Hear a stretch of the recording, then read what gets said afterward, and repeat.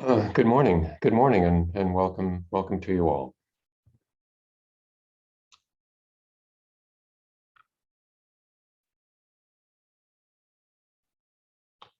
So, not long ago, on Saturdays, we talked about the Vimalakirti Sutra. So it may seem a little early to go back to it, but I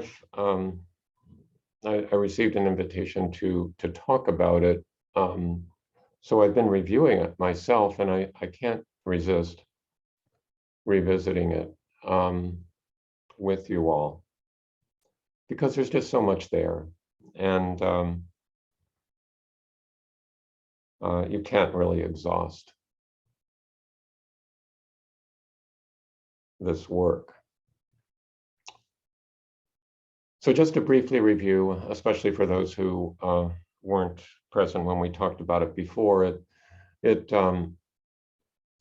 is a relatively short, by Mahayana Sutra standards,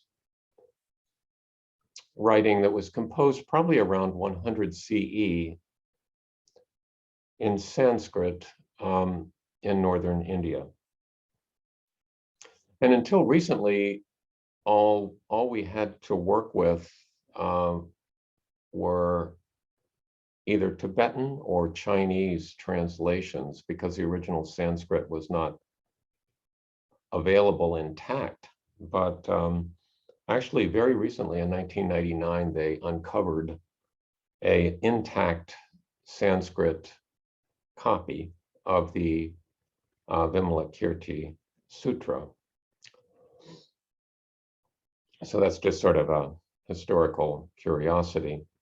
This text is remarkable in many ways. It, for one thing, sutras usually feature either the Buddha or senior disciples of the Buddha.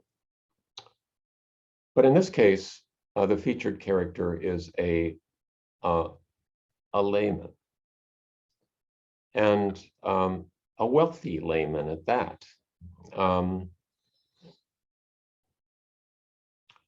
And a Buddha actually figures into the story, but in sort of a supporting role. As it turns out, kind of a co-producer, but not the main character. Another thing that's unusual about this, compared with other Mahayana sutras, is its coherence. It has a dramatic coherence. It has a start, a middle, and an end. It also a stylistic coherence throughout. Some sutras, you get the impression that they were written kind of like people add on rooms to their house when they have more children. It's just, but this has a coherence that suggests that there was either a single author or a small group of authors who worked collaboratively. Sharing with some other Mahayana sutras, it incorporates what we might call now magical realism, like the South American authors and the Central American authors who use this in literature in the 20th century, where there are sort of ordinary events, and superimposed upon these ordinary events are just fantastical events. Another remarkable feature is that it's humorous at times, and most sutras, as you know, who, if you've read a few, don't incorporate humor. They're pretty humorless. So I've been referring to the Burton Watson translation. He used the Chinese translation of Kumarajiva. Kumarajiva lived in about the 5th century and translated many texts, including this one. And Burton Watson used that to do his English translation. Although I do make just a couple modifications in the translation because they just rub me the wrong way every time I encounter them. And that is that Burton Watson translates Dharma as law, as the law, which has a lot of implications in English that I don't think belong with Dharma.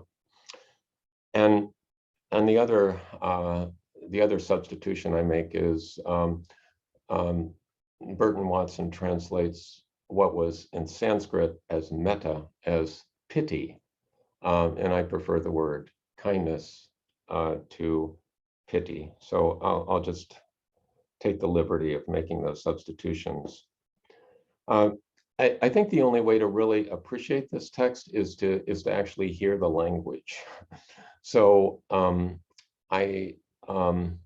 if you just sort of tell the story and give a Reader's Digest version of it, it's a little flat compared with the richness of the text. So I'll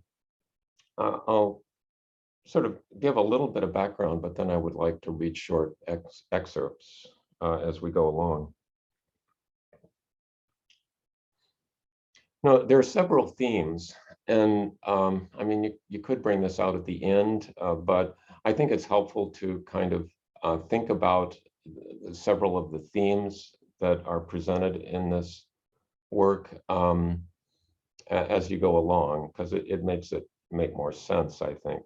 One theme is that of favoring the Bodhisattva archetype over the Arhat archetype.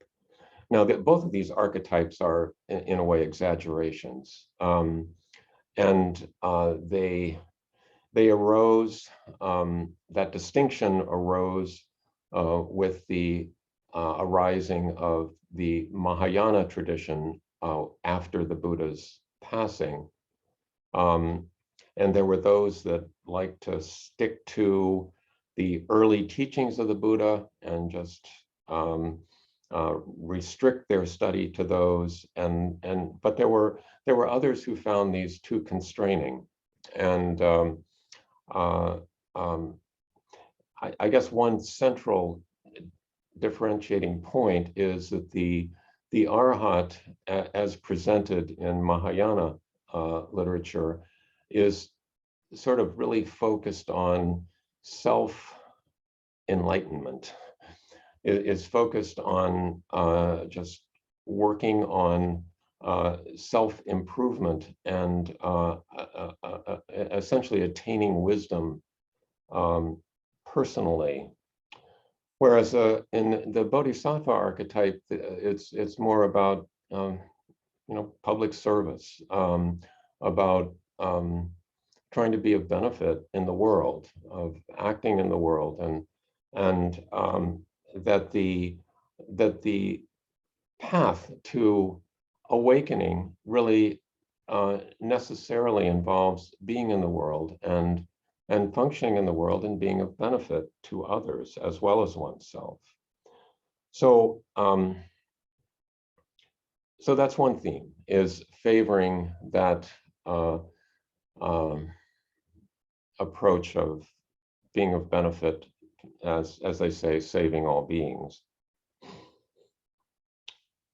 A second theme is skillful means, or the Pali word, Sanskrit word also, upaya, which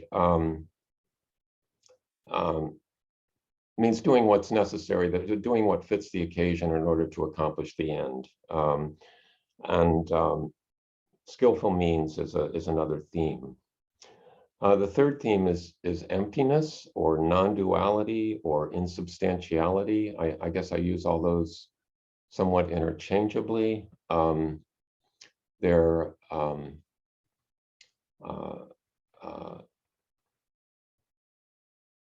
it's a feature of the early Buddhist teaching that is sort of magnified in later Buddhist teachings in the Mahayana tradition. Another theme is impermanence, which pervades all Buddhist teachings. And finally, a theme of incomprehensibility, of ultimately the reality being ungraspable, or the Dharma being limitless, unbounded. You can't really get your head around it. So that's another final theme. At least those are the main themes. Now, you can view the drama itself, the whole sutra, as a kind of skillful means. It's an engaging way of presenting the teachings of the Buddha, so that they're understandable, so that you can try to incorporate them into your life. So the drama itself, the way it's written, is it's clearly intended to instruct. And the fantastical elements that are present, I think, are part of that. They just are to emphasize the importance of all this, and also the theme, the ungraspability of it, that there's always much more going on than the human consciousness can process.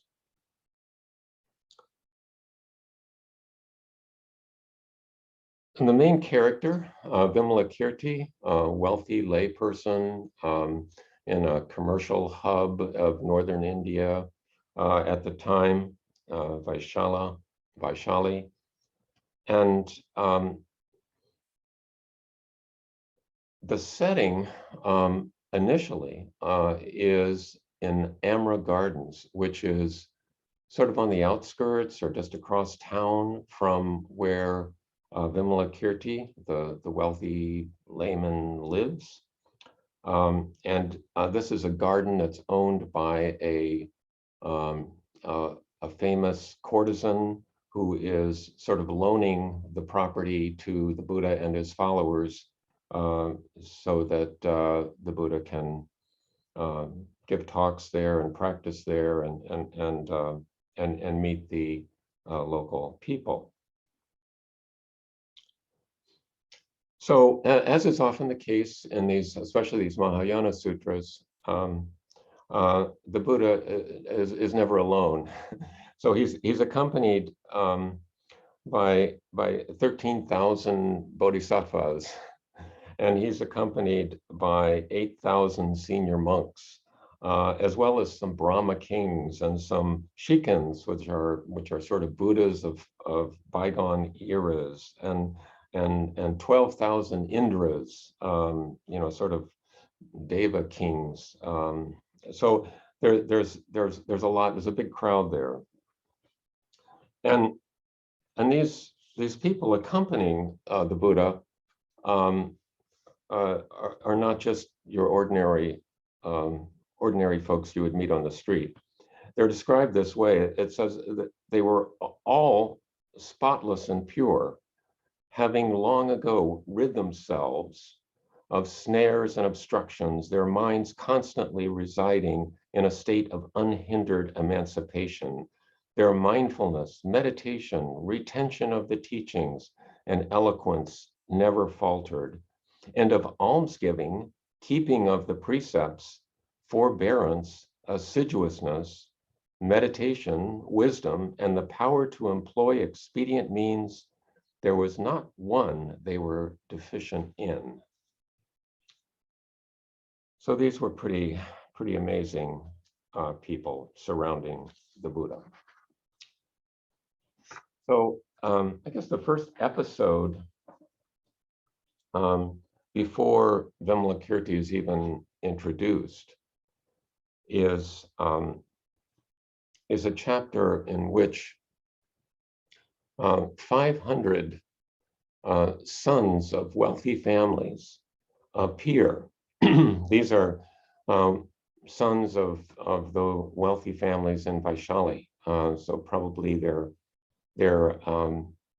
parents were merchants or important people, government officials, whatever.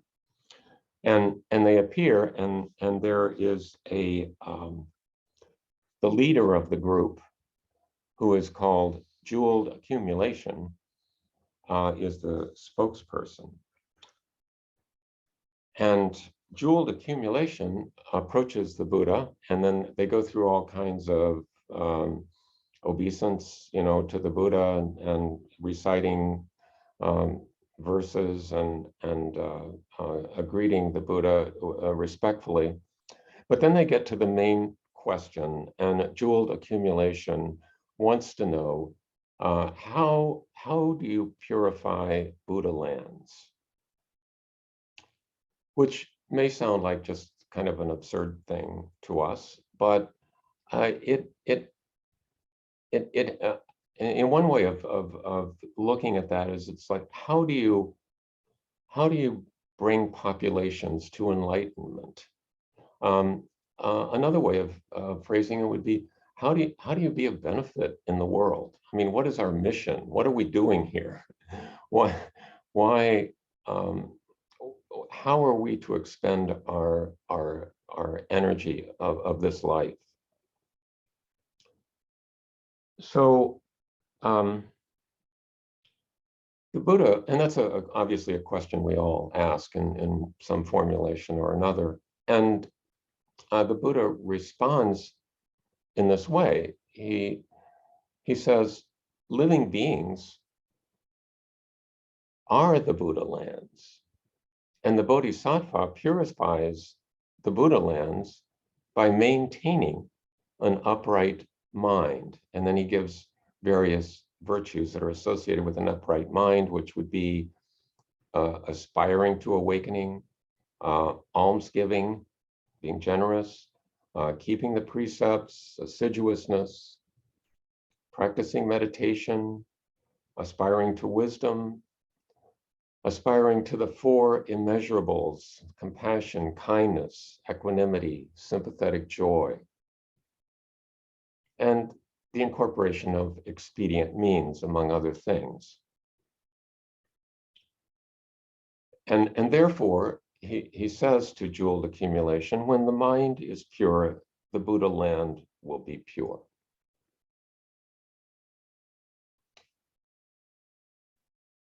Well, in many sutras, they would sort of stop right there. But the uniqueness of the Vimalakirti Sutra appears at this point, because Shariputra, one of the Buddha's most, I guess, senior followers, has been listening to all this, and he thinks, okay, wait a minute, Buddha. You're telling us that we can purify a Buddha land by having these characteristics, but you yourself have all of these characteristics. You're the epitome of these characteristics. And this is what Shariputra says. He says, when I look at this land, I see it full of knolls and hollows, thorny underbrush, sand and gravel, dirt, rocks, many mountains, filth, defilement. So he's sort of challenging the Buddha here. And then the first sort of miracle appears in the text, when the Buddha presses his toe against the earth. And immediately, the 1,000,000,000-fold world was adorned with hundreds and thousands of rare jewels, till it resembled jewels adornment, Buddha's jeweled adornment land of immeasurable blessings. All the members of the great assembly sighed in wonder at what they had never seen before, and all saw that they themselves were seated on jeweled lotuses, The Buddha said to Shariputra, "Now do you see the marvelous purity of this Buddha land?" Shariputra replied, "Indeed I do, world-honored one. Something I have never seen before and never even heard of. Now all the marvelous purity of the Buddha land is visible before me." The Buddha said to Shariputra, "My Buddha land has always been pure like this, but because I wish to save those persons who are lowly and inferior, I make it seem an impure land full of defilements, that is all. It is like the case of heavenly beings. All take their food from the same precious vessel, but the food looks different for each one depending on the merits and virtues that each possesses. It is the same in this case, Shariputra.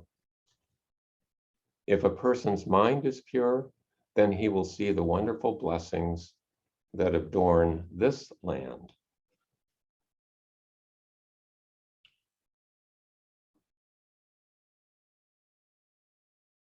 So I guess a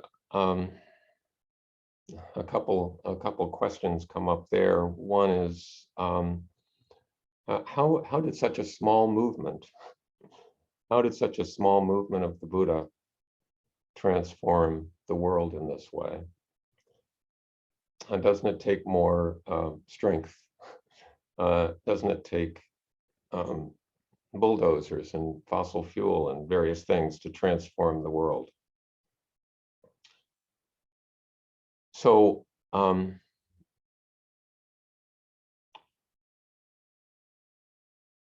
we move on then, after that demonstration by the Buddha, into introducing Vimalakirti, and we'll just get to this and then I think we'll stop.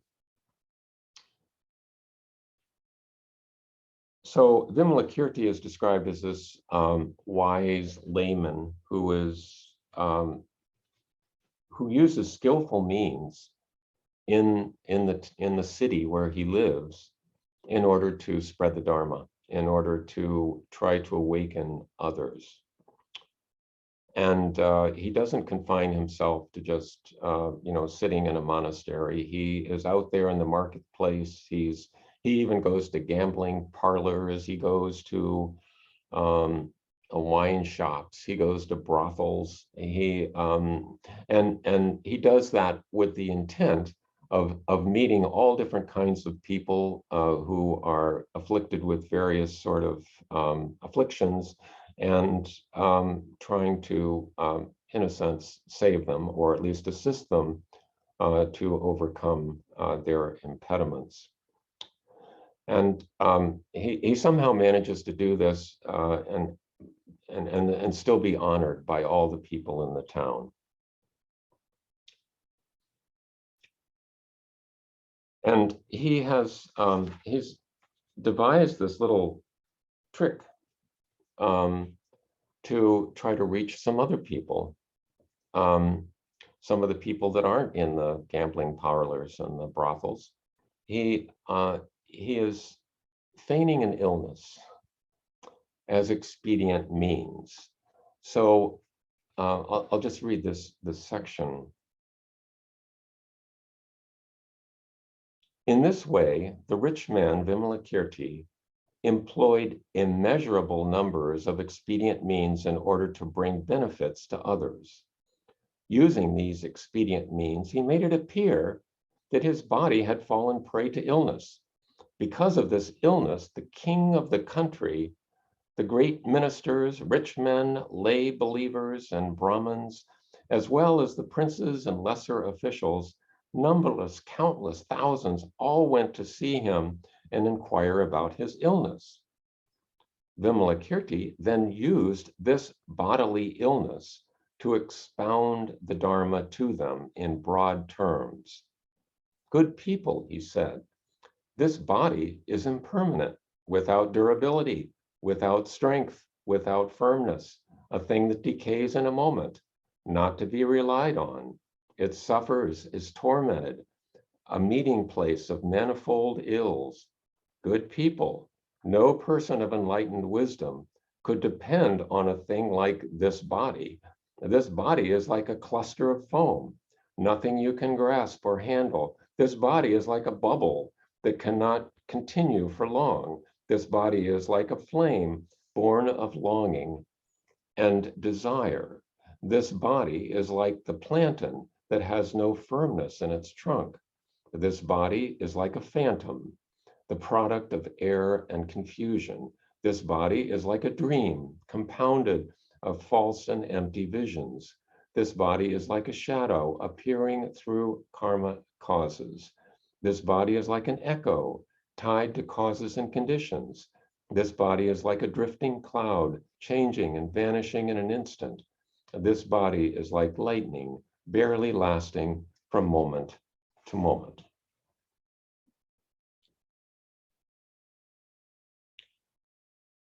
So Vimalakirti clearly expounding on the theme of impermanence with respect to the body. So I guess one question that comes up here is, and this comes up in other sutras as well, is with regard to skillful means, how much deception and intrusiveness is allowed in skillful means. Is it always right to be absolutely honest and polite?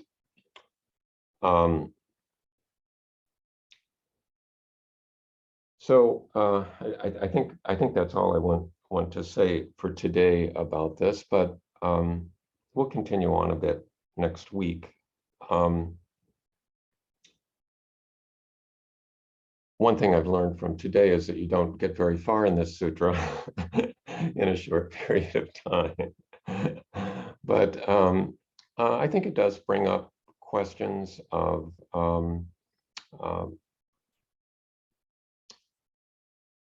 what is this transformation that the Buddha is trying to communicate with this miracle of the toe? And what kind of skillful means are justified in bringing about, I guess, in